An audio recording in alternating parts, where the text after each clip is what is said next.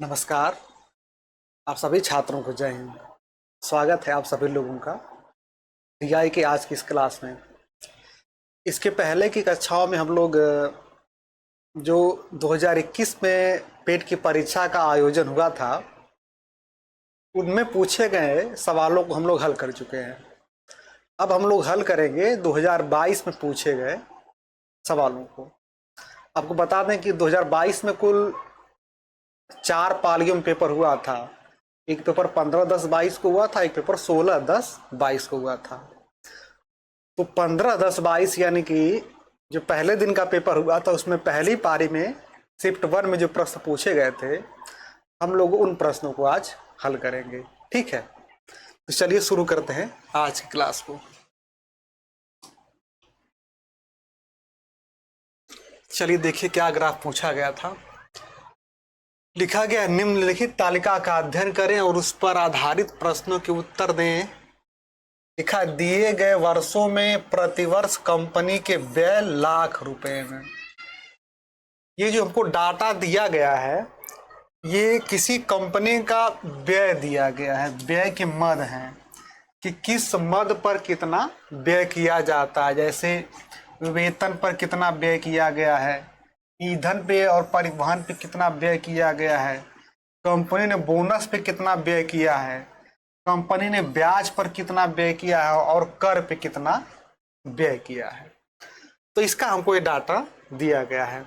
हर सन का अलग अलग है। 2011 का, 12 का, किस सन का कितना है, मतलब ये किसी कंपनी का किस सन में कितने रुपए व्यय किया गया है और किन किन मदों पर किया गया है, ये डाटा हमको दिखा रहा है। ठीक है, अब इनमें सवालों को देखते हैं हम लोग सवाल कैसे पूछ रहे हैं। कह रहा है कि इस अवधि के दौरान, कोई समय नहीं दिया गया, इस अवधि के दौरान मतलब पूरी अवधि की बात कर रहा है। जितना भी समय हमको दिया गया है वो पूरे समय की बात कर रहा है कि इस अवधि के दौरान कंपनी को प्रतिवर्ष ब्याज की औसत राशि कितनी चुकानी पड़ी। प्रतिवर्ष ब्याज, देखिए ब्याज कहां दे रहा है, यहीं पे। तो पूछ रहा है कि कंपनी को प्रतिवर्ष ब्याज की औसत राशि कितनी चुकानी पड़ी। आपको बता दें कंपनी हर साल हर वर्ष ब्याज पे कुछ ना कुछ खर्च कर रही है, तो औसतन कितने रुपए ब्याज पे खर्च हो रहे हैं हमको ही बताना है। मतलब सीधे सीधे कह देंगे ब्याज का औसत बताना है। तो आपको ब्याज का अगर औसत निकालना तो पहले सारे आंकड़ों को जोड़ना पड़ेगा। जोड़िए, 4 5 9 6 15, 4 19, 4 23, 2 आएगा, 5 जो 7 1 8 6 14 9 23, 2 आएगा, 3 2 5 3 8 2 10 3 13, 133.3 लाख रुपए आएगा। ये जो आंकड़ा है आपका ना, इसमें दिखाया गया था ना कि लाख रुपए में लिखा गया है। देखिए लिखा है ना लाख रुपए में, यानी जो लिखा है 300 लाख है, 340 लाख पढ़ना है, जो भी है सब लाख में है। तो ये जो हमारा जोड़ आया है 133.3, ये क्या है, लाख रुपए है। अब इतने रुपए कितने साल में खर्च होते हैं, 1 2 3 4 5, तो औसत बताना है तो 5 से क्या कर देंगे, भाग दे देंगे। 133.3 बटे 5, तो आपका आ जाएगा 5 दूना के 10, 5 छः के 30, 10 बढ़ाइए, फिर 5 छः के 30, 5 छः के 30, 26.66 लाख, 26.66 लाख। ठीक है, यानी कंपनी ने ब्याज पर औसतन 26.66 लाख रुपए खर्च किए हैं। आगे देखते हैं हम लोग। दी गई अवधि के दौरान कंपनी द्वारा भुगतान की गई बोनस की कुल राशि, बोनस की कुल राशि किसकी बात कर रहा है, बोनस की। इस अवधि के दौरान भुगतान की गई वेतन की कुल राशि, वेतन की कुल राशि का लगभग कितना प्रतिशत है। ये मतलब प्रतिशत का सवाल है कि इस अवधि के दौरान, कोई सन नहीं दिया गया, मतलब पूरी अवधि की बात है कि इस अवधि के दौरान बोनस पे खर्च की गई जो राशि है, वेतन पे खर्च की गई कुल राशि का कितना प्रतिशत है। इसके लिए हमको जानते हैं, पहले बोनस टोटल निकालना पड़ेगा। टोटल कितना बोनस आ रहा है देखिए, 2 4 6 8 14 6 20, 2 5 7 8 15 6 21 9 30, 3 के 5 6 2 8 10 2 12, कह सकते हैं कि 12 लाख कंपनी ने बोनस पे खर्च किया है। और इन्हीं वर्षों ने कंपनी ने वेतन पे कितना खर्च किया है, 4 4 2 6 4 10 5 15, 4 3 7 5 12 3 15 4 19, 1954 लाख कंपनी ने वेतन पे खर्च किया है। तो सीधे सीधे प्रतिशत का ये सवाल है कि 12 जो है 1954 का कितना प्रतिशत होता है। देखिए कैसे निकालेंगे, 12 बटे 1954, जिसको प्रतिशत बताना होता है उसको ऊपर कर दीजिए और 100 से गुणा कर देते हैं। अब इसको काटने से अच्छा कि 1954 से भाग देते हैं हम लोग, किसमें, 1200 में। भाग एक भी बार नहीं जाएगा, दशमलव बढ़ाइए, एक 0 आ जाएगा। अब कितनी बार भाग चले जाएगा, 19 पचे 95, 19 छक्का 114, 19 सात 133, 6 बार भाग चली जानी चाहिए। 6 चौके 24, 6 पचे 30, 2 32, 6 9 54 3 57, 6 कम 6 5 11, 6 बार भाग चली जा रही, इसका मतलब 0.6 वाला हमारा क्या होगा, आंसर हो जाएगा। लगभग में बताना तो लगभग आपका कितना आएगा, 0.6%। ठीक है ना। आगे देखते हैं, कह रहा 2011 में इन सभी मदों पर कुल व्यय 2015 में कुल व्यय का लगभग कितना प्रतिशत था। अब यहाँ पे स्पेसिफिक वर्ष दे दिया है, पूछ रहा है कि 2011 का जो कुल व्यय है वो 2015 के कुल व्यय का कितना प्रतिशत था। यानी जो 2011 वाला व्यय है 15 वाले व्यय का कै परसेंट, तो ये भी प्रतिशत का सवाल है। तो पहले हम निकालते हैं कि 2011 में कितना व्यय हुआ है।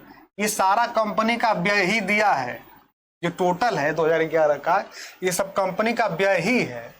तो हम सबको क्या रहते हैं, जोड़ लेते हैं। चलिए जोड़ते हैं, 300 400 और 85 2 87 3 90 10 100, 5 तो हो जाएगा 0.4, यानी 500.4।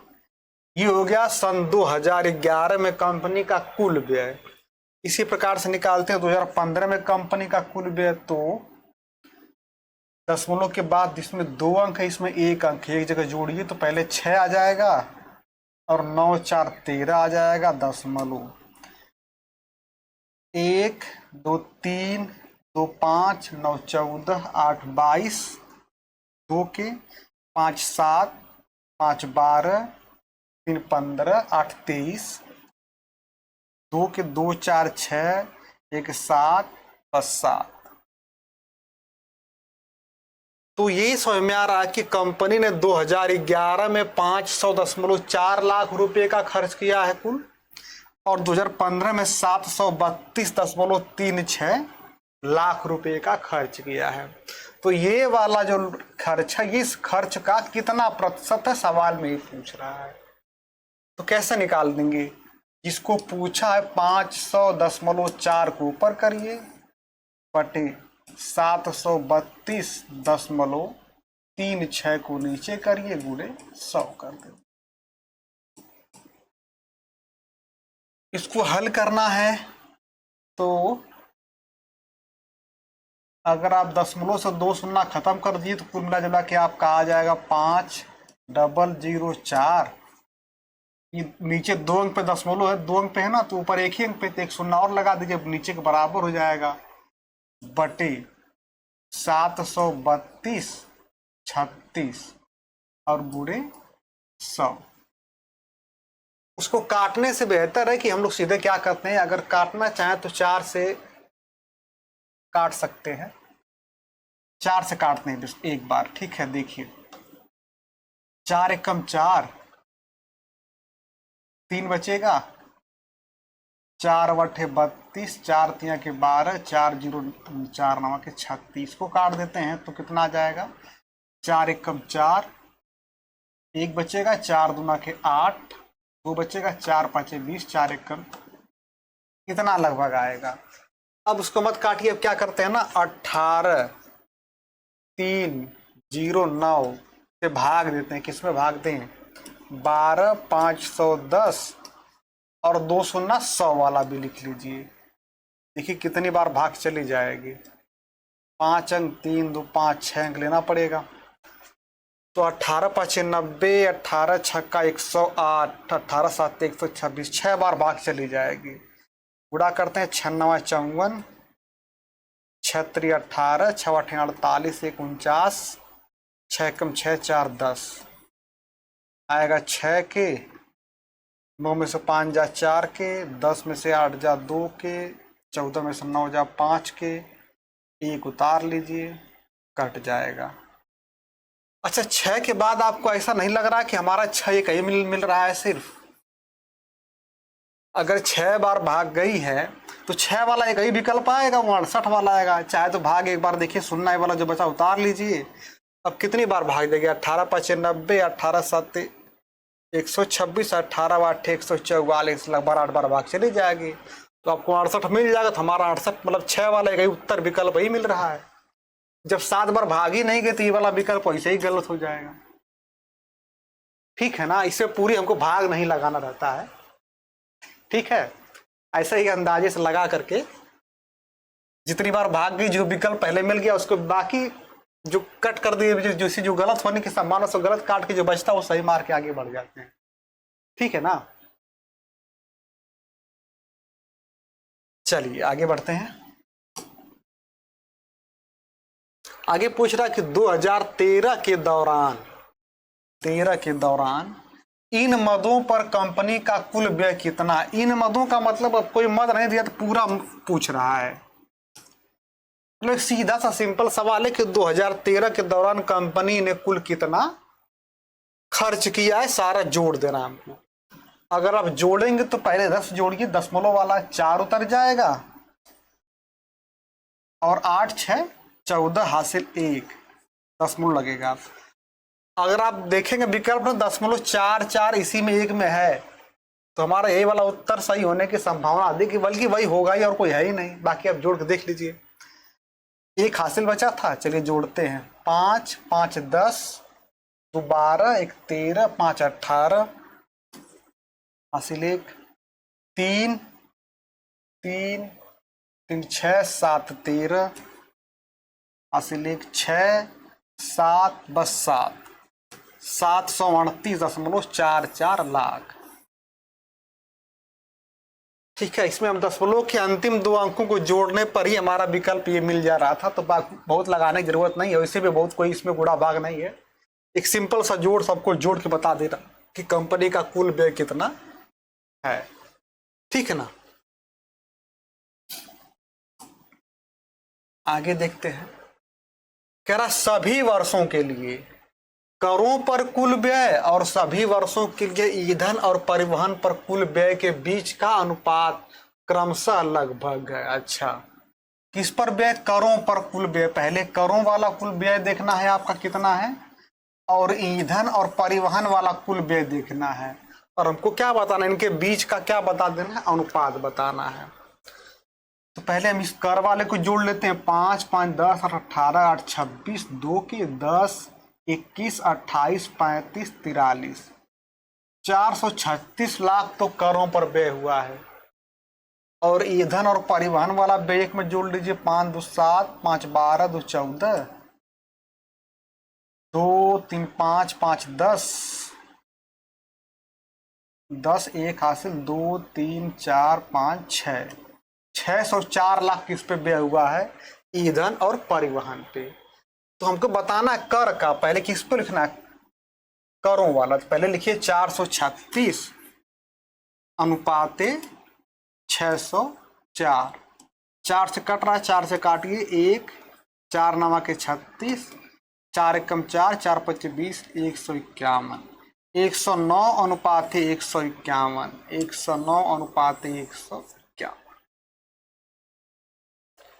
ठीक है, उम्मीद है आपको जो डाटा के सवाल समझ में आ रहे होंगे। आप थोड़ा सा मेहनत कर लीजिएगा, कुछ अभ्यास भी कर लीजिए, क्योंकि आपको पता है कि इनसे नंबर ज़्यादा उठने वाला आपका है। पूरे 100 नंबर में आपका 20 नंबर आपको यहीं से मिलने वाला है, ठीक है ना। अगला ग्राफ देखिए, लिखा है एक व्यक्ति ने एक दिन में 5 कारें खरीदी और 10 दिनों के लिए किराए पर रखी। तालिका को ध्यानपूर्वक पढ़ना, बाकी उत्तर देना है। चलिए देखते हैं। कह रहा है कि आदमी ने 5 कारें खरीदा है। कौन कौन से? Alto, Swift, Tiago, Mini, Kwid. ये 5 कार हैं। ये क्या दिया? उनका माइलेज दिया है 25 किलोमीटर प्रति लीटर। ध्यान दीजिएगा मात्रा को, लिखा है किलोमीटर प्रति लीटर। इसका मतलब ये होता है कि जो आल्टो कार है 1 लीटर में कितना दूर जाएगी? 25 किलोमीटर जाएगी। उसी प्रकार जो स्विफ्ट कार है 1 लीटर में कितना जाएगी? 22 किलोमीटर जाएगी। तो ये कितने लीटर में कितना दूरी चलेगी उसका हमको, उसी को कहते हैं माइलेज। ये माइलेज दिया गया है। अच्छा, प्रतिदिन उपयोग हुए डीजल की औसत मात्रा, यानी कि पर डे कितना उसमें गाड़ी में डीजल भरा रहा है वो दिया है। जैसे कह सकते हैं कि आल्टो में पर डे कितना तेल भरा रहा है? 10 लीटर पर डे। अच्छा, 1 लीटर में चलती है कितना? 25 किलोमीटर। अगर इसमें 10 लीटर तेल भरा जाएगा तो कितना दूर जाएगी? अगर 1 लीटर में 25 तो 10 तो 250 किलोमीटर। यानी कह सकते हैं कि गाड़ी कितना दूर चलेगी? 250 किलोमीटर 1 दिन में चल रही है। और ये क्या लिखा? 10 दिनों के दौरान कुल दूरी तय करने में लगा कुल समय। यानी कि 10 दिन के दौरान ये गाड़ी जितनी दूरी तय करेगी उस दूरी को तय करने में समय कितना लगा? 50 घंटा। ये अलग अलग दिया गया है कि जैसे आल्टो कार 25, मतलब इस माइलेज के हिसाब से अगर 10 दिन में जो भी दूरी तय करेगी तो उस 10 दिन की कुल दूरी को तय करने में समय कितना लगेगा? 50 घंटा। जैसे टियागो कार है, टियागो कार की माइलेज है 30 किलोमीटर प्रति लीटर, मतलब 1 लीटर में कितना दूर जाएगी? 30 किलोमीटर। 1 दिन में उसमें तेल कितना भरा रहा? 12 लीटर। तो आप सीधे समझ सकते हैं कि इसका मतलब कि 360 किलोमीटर चलेगी 1 दिन में, और 10 दिन में कितना चलेगी? 3600 किलोमीटर चलेगी। और 3600 किलोमीटर चलने में समय कितना लगेगा? 50 घंटा लगेगा। तो ये डाटा आपको इतनी सारी जानकारियां दे रहा है, ठीक है ना। अब हम सवालों को पढ़ते हैं, देखते हैं। कह रहा 10 दिनों के दौरान आल्टो और टियागो की औसत गति का अनुपात क्या था? किसका किसका पूछ रहा है? आल्टो और टियागो। 10 दिनों के दौरान आल्टो की जो गति है और टियागो की जो गति है उस गति का हमको क्या बता देना? अनुपात बताना है। तो चलिए आपको बता दें कि चाल का या गति का सूत्र क्या होता है? चाल बराबर सूत्र होता है दूरी बटा समय। जब भी किसी वस्तु की अगर निकालना हो चाल या गति तो उसका सिंपल सा फार्मूला है दूरी बटा समय। तो पहले हमको देखना है कि आल्टो की गति कितना है। अब आप ध्यान समझिए, आल्टो ने 25 किलोमीटर 1 लीटर में चल रही है, तो 10 लीटर में कितना चलेगी? 25 गुणे 10 यानी कि 250 किलोमीटर। और ये दूरी जो चलेगी वो 1 दिन का है, क्योंकि 10 लीटर तेल भरा रहा है 1 दिन में, प्रतिदिन भरा रहा है। तो 10 दिन में कितना दूरी चल लेगी? 10 से गुणा और कर देंगे, मतलब 2500 किलोमीटर कुल दूरी चलेगी कितने दिन में? 10 दिन में। उसी प्रकार से टियागो कार की देखिए माइलेज है 30 किलोमीटर। ये 1 लीटर इसमें कितना पर डे भरा रहा है? 12 लीटर। कितना दूर जाएगी? 12 तिया के 36, 360 किलोमीटर चलेगी। इसका 10 दिन में कितना कुल दूरी हो जाएगा? 10 से गुणा कर देंगे। तो आपको ये निकल के आ जाएगा कि आल्टो 10 दिन में कुल कितनी दूरी तय की और टियागो ने 10 दिन में कुल कितनी दूरी तय की। दोनों की दूरी निकल गई है। आपको गति का अनुपात बताना है, तो चाल का सूत्र होता है दूरी बटा समय। अब देखिए, इसको पूरी दूरी तय करने में 50 घंटा लगा है आल्टो को, और टियागो को भी पूरी दूरी तय करने में कितना समय लगा? 50 घंटा। तो हम इसमें अगर 50 से भाग दे तो क्या निकल जाएगा? आल्टो की चाल। ये आल्टो का 10 दिन में कुल दूरी हो गई और 50 घंटा उसने कुल समय लिया। 50 घंटा एक दिन का नहीं है, वो 10 दिन का कुल समय कि 50 घंटा उसने चला है। तो कुल दूरी में हम समय से भाग देंगे तो हमको निकल जाएगी उसकी क्या? चाल। उसी प्रकार से इसकी भी चाल, इसने भी 50 घंटा कुल समय लिया है, हम इसमें 50 से भाग दे देंगे तो क्या निकल जाएगा? टियागो की चाल। और हमको चाल का क्या बता देना? अनुपात बता देना है। हल कर दीजिए, देखिए 50 से 50 कट जाएगा, ये 10 से 10 कट जाएगा, ये और कुछ काट, 1 0 से 1 0 कट गया,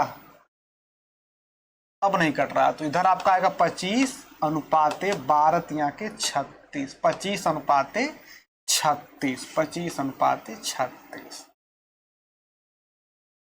सवाल बड़े नहीं, बहुत थोड़ा ध्यान से पढ़ के आप समझना और कोई दिक्कत नहीं है। जब भी आपको परीक्षा में ग्राफ दे तो उसको एक बार दो बार कायदे से पढ़ लेंगे ना तो क्लियर हो जाएगा, बहुत इसमें घबराने की जरूरत नहीं है। चलिए अगला सवाल देखते हैं। देखिए सवाल देखने में लग रहा है कितना बड़ा हो गया है ना। आल्टो और क्विड दिए गए 10 दिनों के दौरान अपनी औसत गति की समान गति से एक दूसरे की ओर यात्रा कर रहे हैं। मिलने के बाद वे एक दूसरे के शुरुआती बिंदु की ओर यात्रा करते हैं। यदि शुरू में दोनों कारों के बीच की दूरी 2300 किलोमीटर है तो आल्टो और क्विड द्वारा एक दूसरे से मिलने के बाद अपने गंतव्य तक पहुंचने में लगने वाले समय का अंतर ज्ञात कीजिए।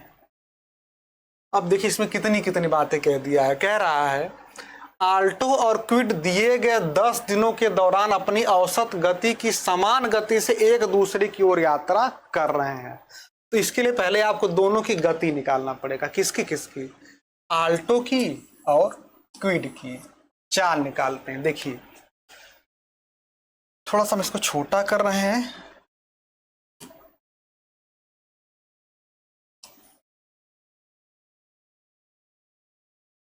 और अब लगा रहे हैं। देखिए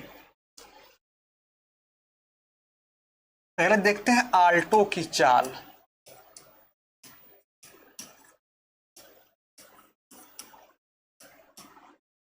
और चाल का सूत्र होता है दूरी बटा समय। तो आल्टो ने 10 दिनों में कितना दूरी तय की? देखिए 25 किलोमीटर के हिसाब से 10 लीटर अगर इसमें तेल भराया है तो 25 गुणे 10, यानी कहने का मतलब है कि एक दिन में अगर उसमें 10 लीटर तेल भराया तो एक दिन में कितना चलेगी? 250 किलोमीटर।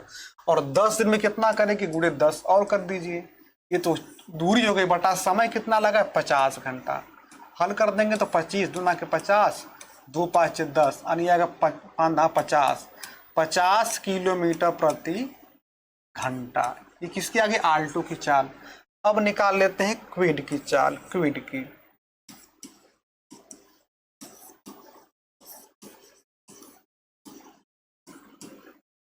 देखिए क्विड का माइलेज कितना है? 25 किलोमीटर प्रति लीटर। इसमें एक दिन में कितना तेल भरा रहा है? 20 लीटर। तो कहने का मतलब एक दिन में कितना चलेगी? 500 किलोमीटर। तो 10 दिन में कितना चलेगी? 10 से गुणा कर देंगे। इसने समय कितना लिया है? 100 घंटा। देखिए चाल का सूत्र हो गया दूरी बटा समय। हल कर दीजिए, 25 चौके 100 कर दीजिए और 4 5 20 कर दीजिए, 5 10 50, 50 किलोमीटर प्रति घंटा। तो आपको ये निकल के आ गया कि आल्टो की चाल भी 50 किलोमीटर प्रति घंटा है और क्विड की चाल भी 50 किलोमीटर प्रति घंटा है। अब इन चालों से वो एक दूसरे के शुरुआती बिंदु की ओर यात्रा करती। इसका मतलब ये कह रहा है ना, ध्यान समझना है आपको। देखिए एक कार आपकी यहां है, एक कार यहां है, एक कार आपकी इधर चल रही है, एक कार आपकी इधर चल रही है, ठीक है। अच्छा हमने निकाला कि दोनों की स्पीड 50-50 है। तो जहां दोनों कहीं मुलाकात दोनों की जब कहीं होगी, अगर दोनों की चाल समान है तो दोनों दूरी भी समान समान तय करेंगी। मतलब ये कह सकते हैं कि जितना दूरी ये तय करके ये आएगी उतना ही दूरी तय करके ये जाएगी। अब कहीं इनकी मुलाकात हो गई। अब मिलने के बाद इस कार को इधर जाना है, इस कार को इधर जाना है, तो ये दोनों दूरी तो फिर भी बराबर बराबर हैं भाई। दोनों की जब चाल समान है तो जहां मुलाकात होगी वो दोनों दूरी क्या है, ये दोनों दूरी क्या है, बराबर बराबर। ठीक है, तो अब मिलने के बाद इसको यहां तक जाने में जितना समय लगेगा उतना ही सेम समय इसको यहां तक जाने में लगेगा, तो दोनों का समय बराबर बराबर लगेगा। अगर 5 घंटा ये लेगी तो 5 घंटा ये भी लेगी, और जो भी समय आएगा उस समय को निकालने की जरूरत नहीं है, क्योंकि अगर दोनों के समय का हमको अंतर बताना है तो सीधी सी बात है कि जितना समय ये लगेगा उतना समय ये लगेगा, मतलब अंतर क्या आएगा, कुछ नहीं आएगा। अंतर क्या हमारा होगा, 0 घंटा का। अब इसको ऐसा नहीं है कि लगाएंगे कि बीच की दूरी 2300 किलोमीटर है, 2300 किलोमीटर में कहाँ कितना दूरी में मिलेंगी, फिर कितना दूर, ऐसा नहीं करना है। बस अब ये समझ जाइए कि जब दोनों की चाल समान है तो जहां दोनों मिलेंगी वो दोनों दूरी क्या होंगी, बराबर बराबर। तो जब दूरी बराबर बराबर होगी तो इसको जानने में जितना समय यहाँ लगेगा उसको यहाँ तक जाने में भी सेम समय लगेगा। तो जब समय समान है तो अंतर क्या आएगा, कुछ नहीं आएगा, 0 घंटा आएगा। चालें अगर अलग अलग होती तो हमको निकालना पड़ता कि यहाँ कितना दूरी पे मिल रही हैं, तो मिलने के बाद इसको यहाँ तक पहुँचने में कितना समय लगेगा, इसको यहाँ तक पहुँचने में कितना समय लगेगा, हम समय निकालते फिर उसका क्या बताते, अंतर बताते। इसमें ऐसा कुछ नहीं करना है। उम्मीद है आपको समझ में आ गया। आपका एक बार मिलाइए।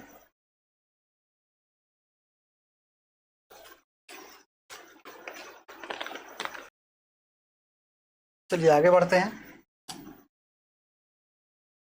कर दिए गए 10 दिनों के दौरान कार मिनी द्वारा उसकी औसत गति से 875 किलोमीटर की यात्रा करने में लिए गए समय का दिए गए 10 दिनों के दौरान कार स्विफ्ट द्वारा उसकी औसत गति से 990 किलोमीटर की यात्रा करने में लिए गए समय का क्या बताना है, अनुपात बताना है।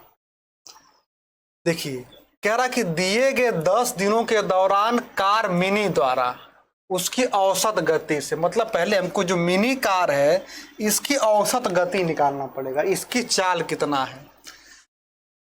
तो हम थोड़ा सा फिर इसको छोटा करते हैं।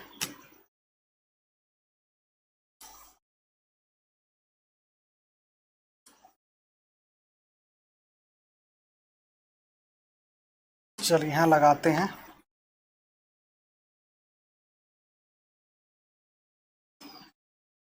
कार मिनी द्वारा ना, तो पहले निकालते हैं मिनी कार की चाल, मिनी कार की चाल। देखिए भाई मिनी कार जो है उसका माइलेज है 20 किलोमीटर, उसमें एक दिन में तेल पड़ता है 25 लीटर, तो 10 दिन में कितना दूर जाएगी, 10 से गुणा कर देंगे। अच्छा इस 10 दिन में इसने कुल समय कितना लिया है, 80 घंटे। 80 से क्या करते हैं, भाग देते हैं। चाल का सूत्र है दूरी बटा समय। हल करते हैं, 20 चौके 80 और 2 दुना के 4, 2 पाँचे 10। अब नहीं कटेगा तो आपका आ जाएगा 125, 25 पाँचे 125 बटा 2। इतना क्या आ जाएगा, किलोमीटर प्रति घंटा। अब निकालते हैं किसकी, अच्छा इसकी औसत, अच्छा बात की बात छोड़ दिया जाएगा, पहले देखते हैं और किसकी। स्विफ्ट कार स्विफ्ट द्वारा उसकी औसत गति से 990 किलोमीटर की यात्रा करने में लगे समय। तो पहले देखते हैं स्विफ्ट की चाल कितना है, स्विफ्ट कार की चाल।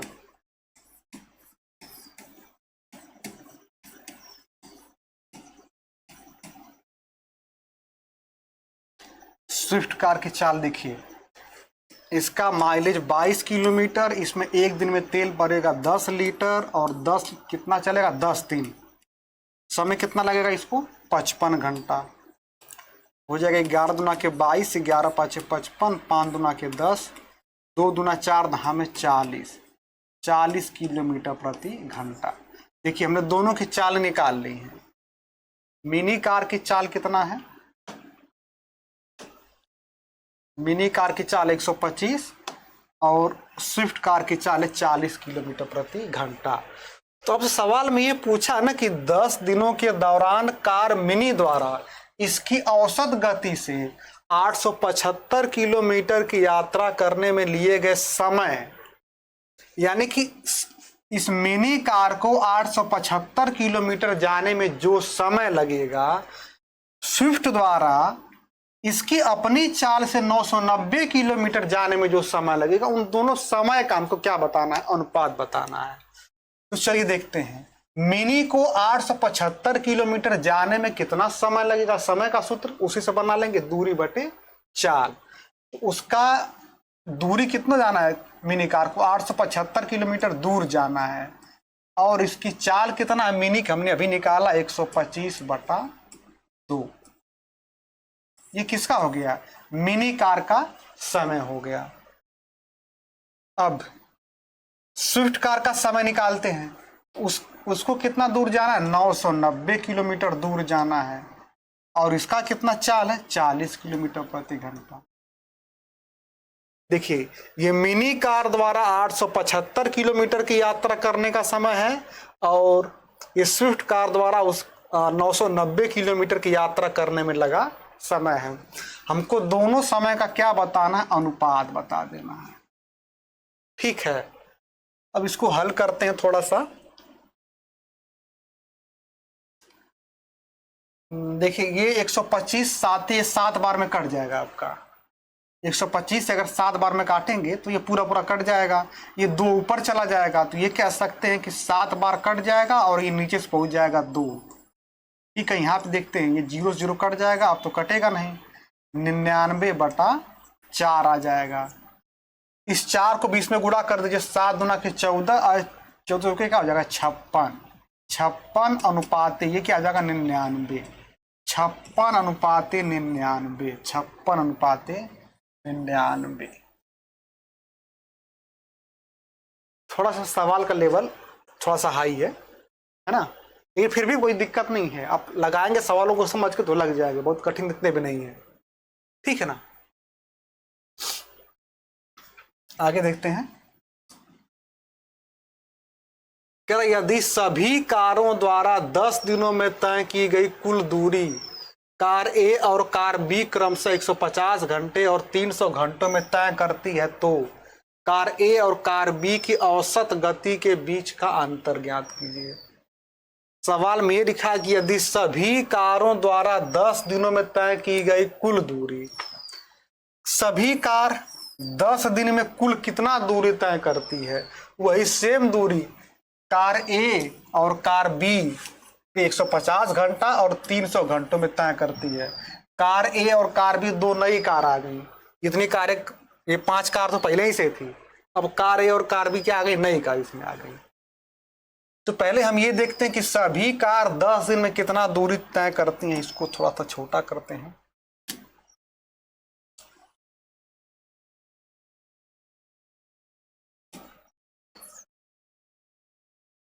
चलिए देखते हैं।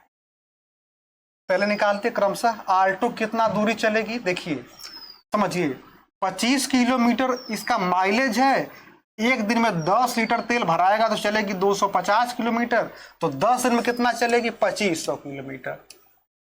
ये किसकी हो गई, R2 की।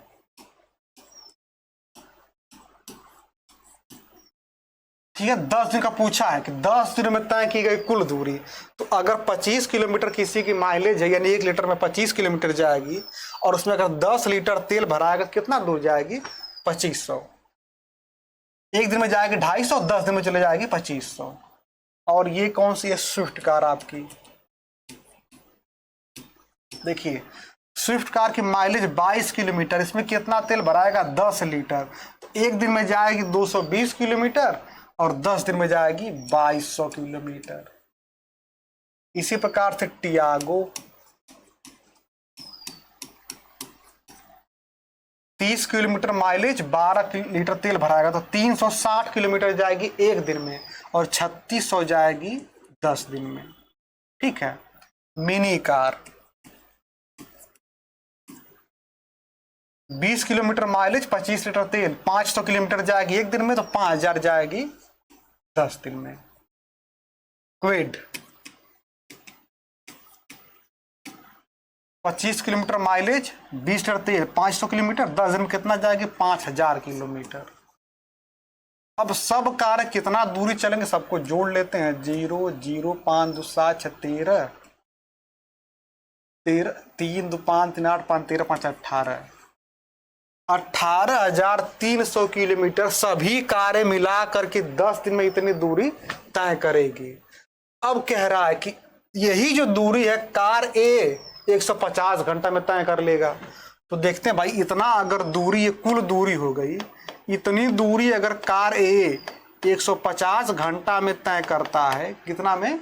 150 घंटा में, कार उसकी चाल कितना हो जाती है? कार ए की चाल, तो चाल का सूत्र हो जाएगा दूरी 18300 बटा चाल, 100 नहीं, दूरी बटा समय 150, या अब इसे काट दीजिए, कितना जाएगा? 15 कम 15, 15 दूना के 30, फिर 15 दूना के 30, 122 चाल है ना? नहीं, चाल नहीं है, हाँ 100 औसत गति है, चाल ही, 122 किलोमीटर प्रति घंटा। और फिर क्या है, निकाल लेते हैं कार बी की चाल। कार बी की चाल, दूरी तो वही चल रही है, लेकिन ये कितने समय चल रही है? 300 घंटा में चल रही है, तो इसका आधा हो जाएगा। नहीं, 2 गुना काट दे, 3 से 18, 61 किलोमीटर प्रति घंटा। कहने का मतलब है कि जो इन 5 कारों ने 10 दिनों में कुल दूरी तय की है वो कितना है? 18,300 किलोमीटर। अब इसी कुल दूरी को कार ए कितना है? 150 घंटे में तय कर लेगी, तो उसकी चाल कितना? 122 किलोमीटर। और कार बी की चाल कितना? 61 किलोमीटर। इन दोनों का हमको क्या बताना है? अंतर। तो अंतर कितना आएगा? आधे का अंतर आएगा, मतलब 122 और 61 का अंतर निकाले, कितने का अंतर आएगा? 61 किलोमीटर प्रति घंटा, 61 किलोमीटर प्रति घंटा। ठीक है ना? एक बार मिलाइए।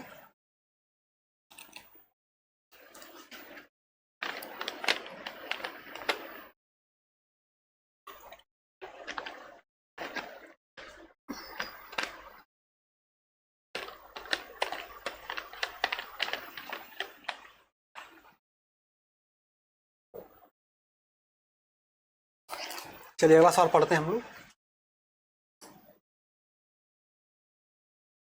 10 दिनों के दौरान टियागो और मिनी द्वारा तय की गई कुल दूरी का अनुपात कितना था? किसका किसका पूछ रहा है? टियागो और मिनी का। हमने दूरी तो ही निकाल कर रखा हुआ है। टियागो कितना दूरी चलती है? 36 किलोमीटर। टियागो का है ना 3600 किलोमीटर। और मिनी का कितना निकाले हम लोग? मिनी का निकाले 5000 किलोमीटर। मतलब 10 दिनों के दौरान टियागो चलती है 3600 किलोमीटर, मिनी चलती है 5000 किलोमीटर। हमको इन्हीं दोनों का क्या बता देना? अनुपात। 2 जीरो काट दीजिएगा। अब क्या करेंगे? 4 2 से काटिए, 18 दूना के 36, 25 दूना 50, 18 अनुपाते 25, 18 अनुपाते 25। ठीक है ना? तो